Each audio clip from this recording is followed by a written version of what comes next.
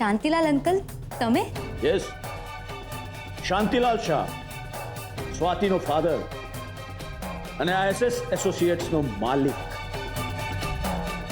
બેસ.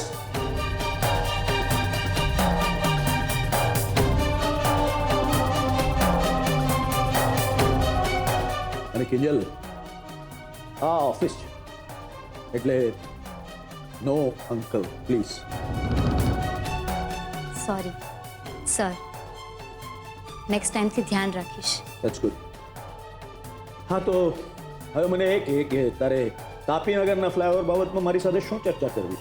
ચર્ચા નહીં, જાણકારી જોઈતી હતી કે શું તમે ત્યાંની બધી જ જગ્યા ખરીદી લીધી છે? વેલ, મેં ત્યાંની બધી જગ્યા ખરીદી પણ લીધી હોય તો મારે તને શું કરવાને કહેવું પડે? કારણ કે એ જે ફ્લાયઓવર બનવાનો છે એની નીચે મારું ઘર છે અને મને RTIમાંથી એવી જાણકારી મળી છે કે તમારા કન્સ્ટ્રક્શનના પ્લાન અનુસાર અમારે અમારું ઘર ખાલી કરવું પડે એમ છે. ચાલો, સારું થયું. એકચ્યુઅલી RTI વાળાએ મારું કામ સહેલું કરી નાખ્યું. શું છે કે મારે તને મારા મોઢે નહીં કહેવું પડે કે તું ઘર ખાલી કરે. એનીવેઝ, તું ક્યાં જઈશ, ક્યાં રહીશ એ બધી ચિંતા કરવાની તારે જરા પણ જરૂર નથી. તું કહેશે એટલા પૈસા ચપટી વગાડતા તારા ખાતામાં જમા થઈ જશે.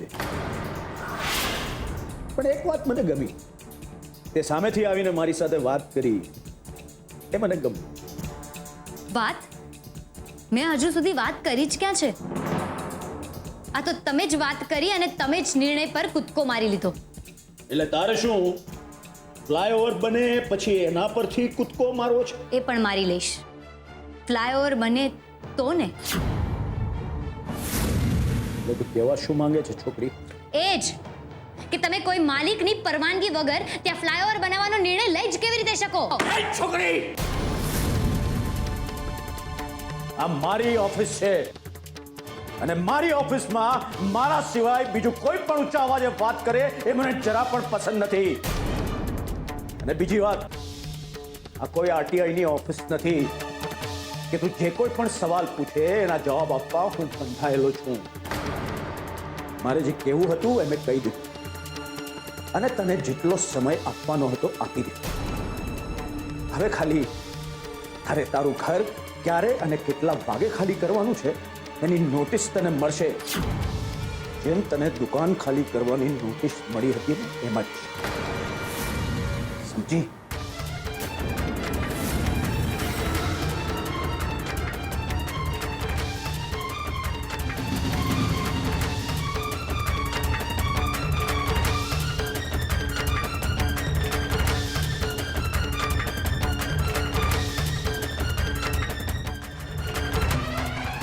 એક વાત તમે પણ સમજી લો, આ વખતે નગરપાલિકાની નોટિસ મારા ઘર સુધી પહોંચે એ પહેલા સ્ટે ઓર્ડર મારા હાથમાં હશે. ગમી તારી શાંતિલાલ શાહને ચેલેન્જ ફેંકવાની સ્ટાઇલ મને ગમી કિંજલ. પણ તું એક વાત ભૂલી જાય છે, મારી પાસે પાવર, પૈસો, પરમિશન બધું જ. તારી પાસે શું છે? એક ભાંગલી તૂટલી દુકાન અને એક ભાંગલા તૂટલા પગવાળો તારો બાપ. કંઈ જ નથી તારી પાસે. મારા માટે એ બસ છે. બાકી એક વાત તો નક્કી છે, ફ્લાયઓવર તો હું નહીં જ બનવા દઉં. તું મને શાંતિલાલ શાહને એની જ કેબિનમાં બેસીને ચેલેન્જ કરી રહી છે? ના, જણાવી રહી છું કે તમારે ફ્લાયઓવર બનાવવો હોય તો બનાવો, પણ મારું ઘર તો ત્યાંથી નહીં જ ખસે. એટલે બેટર એ જ રહેશે કે તમે તમારો ફ્લાયઓવર ખસેડી દો. એટલે તારું ઘર શું અંગદે મૂકેલો પગ છે કે ના ખસે ના કોઈ ખસાવી શકે? તમારે એમ રાખવું હોય તો એમ રાખો. બાકી મારા માટે મારું ઘર ખાલી મકાન નથી, પણ મારું આખું બાળપણ છે. મારા ઘરની 4 દિવાલો પર ખાલી રંગ નહીં, સપના લીપ્યા છે. સુખ, દુઃખ તડકા છાયા. કેટલી નવરાત્રી કેટલી દિવાળીઓ ત્યાં વિતાવી છે.